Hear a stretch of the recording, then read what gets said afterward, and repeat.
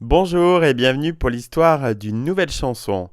En 1999, Johnny Hallyday réalise l'une des plus importantes ventes de disques de sa carrière avec un album de chansons composé par son fils David. La symbiose père-fils prend toute sa dimension avec le titre 100% qui donne aussi son nom à l'album. À la fin des années 90, passé le cap de la trentaine, David Hallyday, devenu un papa comblé, épanoui aussi bien dans sa vie privée que dans sa vie artistique, décide non seulement de chanter personnellement en français, mais aussi de travailler avec ses illustres parents, Sylvie Vartan et Johnny Hallyday.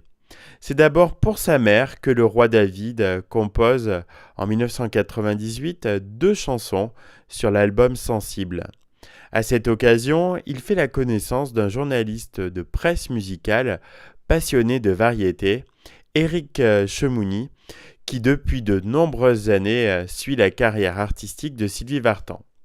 Pour cet album, Éric a déjà écrit Les Robes, une magnifique chanson qui fait référence à toutes les tenues cultes de Sylvie sur une musique d'Eddie Vartan. Après lui avoir présenté son frère, Sylvie lui présente son fils. Les deux hommes apprennent à se connaître et à s'apprécier au point que David confie à Éric le soin de trouver des paroles sur les deux musiques qu'il a faites pour sa mère. C'est ce qu'Éric va faire en écrivant Ma vérité et L'infidèle. La création de 100% se profile à partir de cette première collaboration entre David Hallyday et Éric Chemouni. En effet, au même moment, David Hallyday travaille sur un album pop-rock pour son père.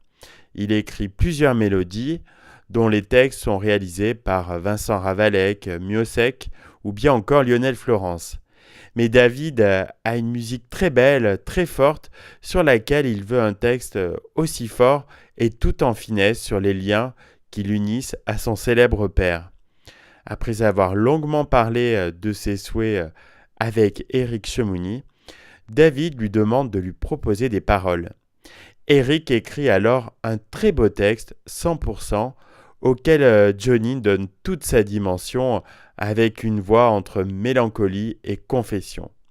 Le disque co-réalisé par Pierre Giaconelli et David Hallyday sort en septembre 1999 et connaît un immense succès, devenant même en quelques mois disque de diamant avec plus d'1 million d'exemplaires écoulés, constituant la plus grosse vente de disques de Johnny Hallyday.